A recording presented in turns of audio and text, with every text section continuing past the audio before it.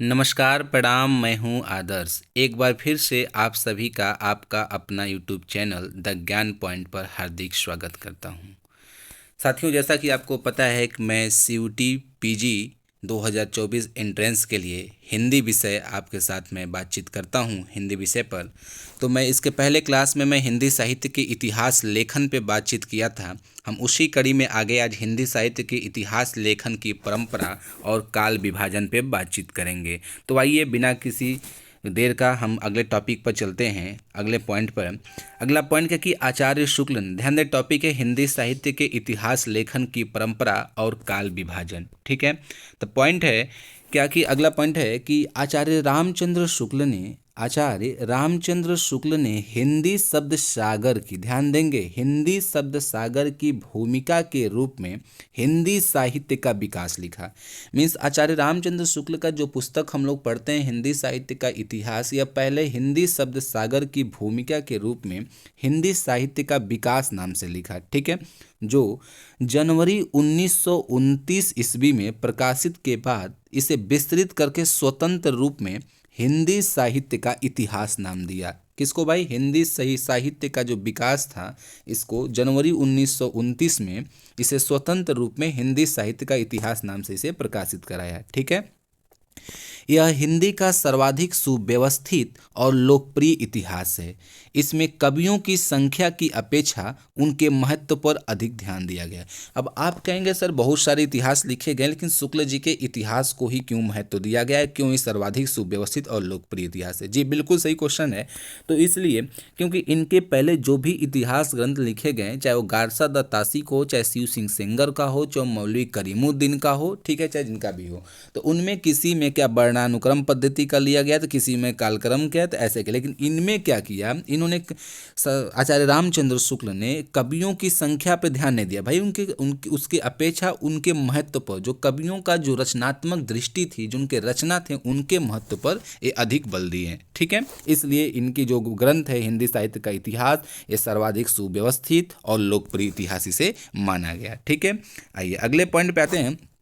आचार्य रामचंद्र शुक्ल ने शिव सिंह सेंगर के साहित्य, आचार्य रामचंद्र शुक्ल ने शिव सिंह सेंगर के साहित्य इतिहास ग्रंथ के लिए वृत्त संग्रह शब्द का यूज किया। ये इंपॉर्टेंट चीज़ है, इस लाइन को ध्यान देंगे कि आचार्य शुक्ल जी ने शिव सिंह सेंगर के साहित्य इतिहास ग्रंथ के लिए वृत्त संग्रह शब्द का प्रयोग किया। वहीं ग्रियर्सन के इतिहास ग्रंथ के लिए बड़ा कवि वृत्त संग यूज किया, तथा मिश्र बंधुओं के इतिहास ग्रंथ के लिए बड़ा भारी कवि वृत्त या प्रकांड कवि वृत्त संग्रह शब्द का यूज किया। ध्यान देंगे भाई, आचार्य रामचंद्र शुक्ल ने शिव सिंह सेंगर के साहित्य इतिहास ग्रंथ के लिए वृत्त संग्रह शब्द का प्रयोग किया। वहीं ग्रियर्सन के इतिहास ग्रंथ के लिए बड़ा कवि वृत्त संग्रह यूज किया, तथा मिश्र बंधुओं के लिए बड़ा भारी शब्द का यूज किया। ध्यान देंगे, वहाँ पे वृत्त संग्रह है, ग्रियर्सन में कवि वृत्त, बड़ा कवि वृत्त संग्रह है, और मिश्र बंधु में बड़ा भारी शब्द का यूज कर दिया है, या प्रकांड कवि वृत्त संग्रह का प्रयोग किया है। ठीक है, अर्थात अब हम कहें कि हिंदी का प्रथम वृत्त संग्रह शिव सिंह सरोज है। ध्यान देंगे, आपसे पूछा कि हिंदी का प्रथम वृत्त संग्रह क्या है, तो शिव सिंह सेंगर का शिव सिंह सरोज है, तथा सबसे बड़ा और महत्वपूर्ण संग्रह मिश्र बंधु विनोद है। इस चीज का ध्यान रखिएगा। ठीक है, आइए अगले पॉइंट पे। अगला पॉइंट, दो नाम है, दो बहुत ही महत्वपूर्ण है, इसमें बार बार आप कंफ्यूज होते हैं, और बेसिकली हर एग्जाम में इन लोगों से क्वेश्चन पूछ लिया ही जाता है, तो इस चीज़ का ध्यान देंगे। एफ ई के ई और एक है एडविन ग्रीव्स, ये दो नाम बहुत इंपॉर्टेंट, इसे ध्यान रखिएगा। एफ ई के ई ने ए हिस्ट्री ऑफ हिंदी लिटरेचर में हिंदी के शैशवावस्था के वृत्तों का वर्णन किया है। किसने भाई? ए हिस्ट्री ऑफ हिंदी लिटरेचर, किसका ग्रंथ है? एफ ई के ई का। ठीक है, अगला पॉइंट है एडविन ग्रीव्स। एडविन ग्रीव्स ने ए स्केच ऑफ हिंदी लिटरेचर, वहाँ पर ध्यान देंगे एफ ई के ई का ए हिस्ट्री ऑफ हिंदी लिटरेचर है, जबकि एडविन ग्रीव्स का ए स्केच ऑफ हिंदी लिटरेचर, बस थोड़ा सा वहाँ हिस्ट्री है, यहाँ पर स्केच है, इस चीज़ का ध्यान रखिए। नामक साहित्य इतिहास लिखा, जो 5 भागों में बांटा, जिसमें धार्मिक काल को 2 भागों में और हिंदी के भविष्य पर एक सुंदर अध्याय लिखा। ठीक है, अब क्या है कि शुक्ल जी के इतिहास के बाद, जो शुक्ल जी का इतिहास ग्रंथ हिंदी साहित्य का इतिहास लिखा, उसके बाद उन्हीं के प्रणाली पर कई बड़े इतिहास प्रस्तुत किए गए जो निम्न में। शुक्ल जी के इतिहास जब लिखे तो उन्हीं के प्रणाली पे आगे बहुत से लेखकों ने अपनी अपनी इतिहास को प्रस्तुत किया जो निम्न है, ध्यान देंगे। पहला क्या है, सबसे ध्यान देंगे, सूर्यकांत शास्त्री कृत हिंदी, सॉरी ये इसे देखिए थोड़ा सा टाइपिंग गलत हुआ है, क्या कि सूर्यकांत शास्त्री की क्या कि हिंदी साहित्य का विवेचनात्मक इतिहास। लो भाई, आचार्य रामचंद्र शुक्ल ने हिंदी साहित्य का इतिहास लिखा तो सूर्यकांत शास्त्री आकर क्या लिख देते हैं भाई, ये लिख देते हैं कि हिंदी साहित्य का विवेचनात्मक इतिहास इन्होंने लिख दिया। ठीक है, आगे आते हैं श्याम सुंदर दास या डॉक्टर श्याम सुंदर दास, ये क्या लिखते हैं भाई, ये हिंदी भाषा और साहित्य लिखते हैं, ध्यान रखिएगा। ठीक है, अगले पॉइंट पर आते हैं अयोध्या सिंह उपाध्याय। अयोध्या सिंह उपाध्याय हरिओद, ध्यान देंगे, हरिओद इनका उपनाम, कभी कभी आपको लेखकों या कवियों के उपनाम भी पूछ लिया जाता है, तो अयोध्या सिंह उपाध्याय का उपनाम क्या है, हरिओद। हरिओद द्वारा लिखित हिंदी भाषा और साहित्य का विकास 1931 1931। ठीक है, क्या लिखा भाई, हिंदी भाषा और साहित्य का विकास। ठीक है, अगले पॉइंट पे है डॉक्टर राम कुमार वर्मा। डॉक्टर राम, अब ये कहते हैं जब आपने लिख दिया भाई हिंदी भाषा और साहित्य का विकास, तो ये क्या लिखते हैं कि ये लिखते हैं हिंदी साहित्य का आलोचनात्मक इतिहास, जिसका प्रकाशन वर्ष क्या है भाई 1938 में। इस चीज़ का ध्यान रखिएगा, ये इंपॉर्टेंट है, आपसे बार बार भी पूछा जाता है, चाहे मिलान वाले क्वेश्चन में या ऐसे। ठीक है, अगले पॉइंट है मिश्र बंधु।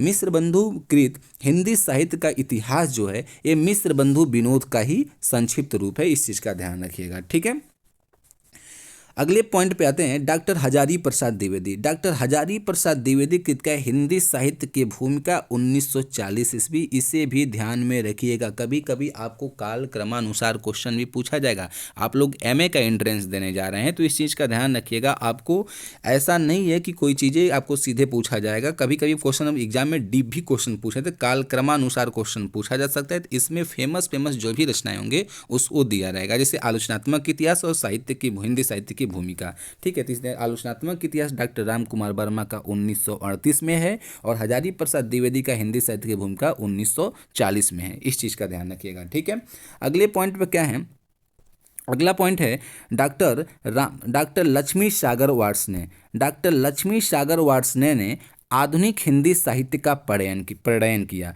इसमें 1850 से 1900 ईस्वी तक के साहित्य विकास का शोध अध्ययन सामग्री उपलब्ध है, किसमें भाई, आधुनिक हिंदी साहित्य में। ठीक है, अगला पॉइंट है चतुर्सेन शास्त्री। चतुर्सेन शास्त्री की हिंदी भाषा और साहित्य का इतिहास से लिखते हैं। ठीक है, और आगे फिर है डॉक्टर हजारी प्रसाद द्विवेदी हिंदी साहित्य उद्भव और विकास, इस चीज़ का ध्यान रखिएगा। ठीक है, आगे आते हैं, ध्यान दें, डॉक्टर गणपति चंद्र गुप्त। डॉक्टर गणपति चंद्र गुप्त क्या लिखते हैं, ये लिखते कहते भाई आप लोग उद्भव और विकास लिखें, किसी ने हिंदी भाषा और साहित्य का इतिहास, आलोचनात्मक इतिहास, विवेचनात्मक लिखे। दो भाई हम क्या लिखेंगे, हम लिखेंगे हिंदी साहित्य का वैज्ञानिक इतिहास। कौन लिखा भाई, तो डॉक्टर गणपति चंद्र गुप्त ने। ठीक है, अगले पॉइंट पे आते हैं, अगले पॉइंट पे है प्रोफेसर वासुदेव सिंह। प्रोफेसर वासुदेव सिंह क्या लिखते हैं भाई, प्रोफेसर वासुदेव सिंह ये हिंदी साहित्य का समीक्षात्मक इतिहास। अब गणपत चंद्र गुप्त से कहते हैं कि भाई आप जब लिख दिए, मैं ऐसे मजाक में कह रहा हूँ, इस चीज़ का ध्यान रखिएगा। ठीक है, गणपत चंद्र गुप्त ने वैज्ञानिक इतिहास लिखा तो प्रोफेसर वासुदेव सिंह ने भी क्या कहा भाई कि लाओ भाई मैं भी लिख देता हूँ समीक्षात्मक इतिहास, तो उन्होंने हिंदी साहित्य का समीक्षात्मक इतिहास लिख दिया। ठीक है, अगले पॉइंट में डॉक्टर राम खिलावन पांडे, ये क्या लिखे भाई, ये कहें लो आप लोगों ने सब कुछ लिख दिया, अब मैं पूरी तरीके से हिंदी साहित्य को नया बना देता हूँ। तो क्या लिख दिया भाई, ये हिंदी साहित्य का नया, एक कहानी के रूप में आप पढ़ेंगे तो आपको चीज़ों को याद करने में आसानी होगी। ठीक है, तो डॉक्टर राम खिलावन पांडे ने क्या लिख दिया भाई, हिंदी साहित्य का नया इतिहास लिख दिया। ठीक है, अब आते हैं अज्ञे। अज्ञे का पूरा नाम क्या है, फटाफट बताइए आप लोग, सचिदानंद हीरानंद वात्स्यायन अज्ञे। अज्ञे लिखते हैं हिंदी साहित्य का आधुनिक इतिहास से लिख देते हैं। ठीक है, अगले पॉइंट पे नामवर सिंह। नामवर सिंह से कौन नहीं जानता भाई, अभी परिचित होंगे। तो नामवर सिंह क्या लिखते हैं कि आधुनिक हिंदी साहित्य की प्रवृत्तियां, नामवर सिंह लिखते हैं। ठीक है, अगले पॉइंट पे प्रभाकर माचुए। प्रभाकर माचुए का है कि आधुनिक हिंदी साहित्य की कहानी। ठीक है, अगले पॉइंट पे विश्वनाथ त्रिपाठी। देखिए अगर हिंदी साहित्य का आपको एक ज्ञान लेना है, सतही एक तरह से शुरुआती नॉलेज, तो विश्वनाथ त्रिपाठी का एक और पुस्तक है हिंदी साहित्य का सरल इतिहास, लेकिन पहले इसमें क्या है कि हिंदी साहित्य का संक्षिप्त इतिहास इन्होंने लिखा। ठीक है, अगले पॉइंट पे है सुमंत राजे। सुमन राजे क्या लिखते हैं भाई, इन्हें ध्यान देंगे। सुमन राजे हिंदी साहित्य का आधा इतिहास लिख दिया, ठीक है। आगे आते हैं डॉक्टर राम स्वरूप चतुर्वेदी, इनकी पुस्तक है हिंदी साहित्य और संवेदना का इतिहास। भाई अगर नेट जेआरएफ का आपको एग्जाम देना है तो ये पुस्तक आपको पढ़ना ही पड़ेगा, मोस्ट इंपॉर्टेंट क्वेश्चन है नेट जेआरएफ के लिए, यूजीसी के लिए, ठीक है। अगले पॉइंट पे है हिंदी साहित्य का मौखिक इतिहास, ये 4 भागों में हुआ, इसके संपादक कौन हुए भाई, नीलाभ। ध्यान देंगे हिंदी साहित्य का मौखिक इतिहास नीलाभ। ये रहा हिंदी साहित्य के इतिहास लेखन की परंपरा। ध्यान देंगे सभी जो लेखक हैं सबका ग्रंथ एक ही तरह से, लेकिन थोड़ा थोड़ा इसमें अंतर है के नामों में, इस चीज़ का ध्यान रखें, बारीकी से एक बार अच्छे से गहन अध्ययन कर लीजिएगा। अब हम बात करते हैं हिंदी साहित्य के इतिहास का काल विभाजन कि कौन। अब हम देखिए काल विभाजन तो बहुत हुआ, लेकिन आपके एग्जाम में मोस्ट इंपॉर्टेंट क्या है या संभावित प्रश्न किससे बनने की होंगे, मैं वो चीज़ आपके सामने पेश करूंगा। तो क्या है, हिंदी साहित्य के इतिहास का काल विभाजन पे हम बातचीत करेंगे, इसे ध्यान रखिएगा। तो सबसे पहले हम काल विभाजन लेते हैं भाई, मिस्र बंधुओं का काल विभाजन को हम लेते हैं। मिस्र बंधुओं के काल विभाजन को लेते हैं तो मिस्र बंधुओं ने क्या किया भाई, अपने इतिहास में काल विभाजन को मुख्यतः 5 भागों में और कुल 8 भागों में किया, ठीक है। तो जो 5 भाग मुख्यतः और लास्ट के इसी का 3 को उन्होंने क्या किया भाई, कुल 8, 3 को 2-2 भाग में कर दिया, तो कुल 8 भागों में। तो ये 5 भाग मुख्यतः क्या क्या है ध्यान देंगे। प्रारंभिक काल, अब प्रारंभिक काल इसका समय क्या लिया, संवत 700 से 1444 तक। ध्यान देंगे संवत में हम -57 साल घटा देते हैं तो हमें क्या मिल जाता है भाई, हमें ईस्वी प्राप्त हो जाता है। तो इस चीज़ का ध्यान रखेंगे, ठीक है, इस चीज़ का ध्यान रखेंगे, ठीक है। प्रारंभिक काल का क्या है, संवत 700 से 1444 तक, इस चीज़ का ध्यान रखेंगे। अगले पॉइंट पे क्या है कि माध्यमिक काल, इसका समय क्या है, संवत 1445 से 1680, ठीक है। अगला पॉइंट क्या है, तीसरा काल कि अलंकृत काल, अलंकृत काल को इन्होंने संवत 1681 से 1689 किया, ठीक है। अगला परिवर्तन काल, परिवर्तन काल का समय सीमा 1890 से 1925 तक, ठीक है। और अंतिम क्या है, 5वां वर्तमान काल, इसका समय सीमा संवत 1925 से अब तक मान लिया गया है, ठीक है। आइए अगला काल विभाजन आचार्य रामचंद्र शुक्ल का, जो कि बहुत ही इंपॉर्टेंट और यही मुख्यतः माना भी जाता है, इसे भी हम लोग यूज करते हैं, तो इसे ध्यान देंगे। आचार्य रामचंद्र शुक्ल का काल विभाजन मोस्ट इंपॉर्टेंट, इसे ध्यान रखेंगे भाई, इस पर 2 स्टार लगा लीजिए, काफ़ी इंपॉर्टेंट है, ठीक है। पहला पॉइंट क्या है, आदिकाल। आदिकाल को इन्होंने वीर गाथा काल की संज्ञा दिया, किसने भाई, आचार्य रामचंद्र शुक्ल ने। और समय सीमा क्या था कि संवत 1050 से 1375। ध्यान देंगे संवत में 57 साल घटा देंगे तो ईस्वी प्राप्त हो जाएगा, लगभग 900 क्या होगा भाई, 993 ईस्वी, ठीक है। तो 1050 से 1375 तक। अगला क्या है, मध्यकाल। मध्यकाल को इन्होंने भक्ति काल क्या है, इसका समय सीमा 1375 से 1700 तक माना, ठीक है। अगला है उत्तर मध्यकाल, जिसे रीतिकाल कहा है, इसका समय संवत 1700 से 1900 तक माना, ठीक है। और अगला क्या है, आधुनिक काल, जिससे आचार्य रामचंद्र शुक्ल ने गद्यकाल कहा, जिसका समय क्या है, संवत 1900 से 1984 तक, ठीक है। तो आचार्य रामचंद्र शुक्ल काल विभाजन आप लोगों ने, मुझे उम्मीद करता हूँ कि आपने अच्छे से समझा होगा, ठीक है। आइए अगले पॉइंट पर, डॉक्टर राम कुमार वर्मा का काल विभाजन, ठीक है। डॉक्टर राम कुमार वर्मा का काल विभाजन क्या है, इसे हम ध्यान देंगे, ठीक है।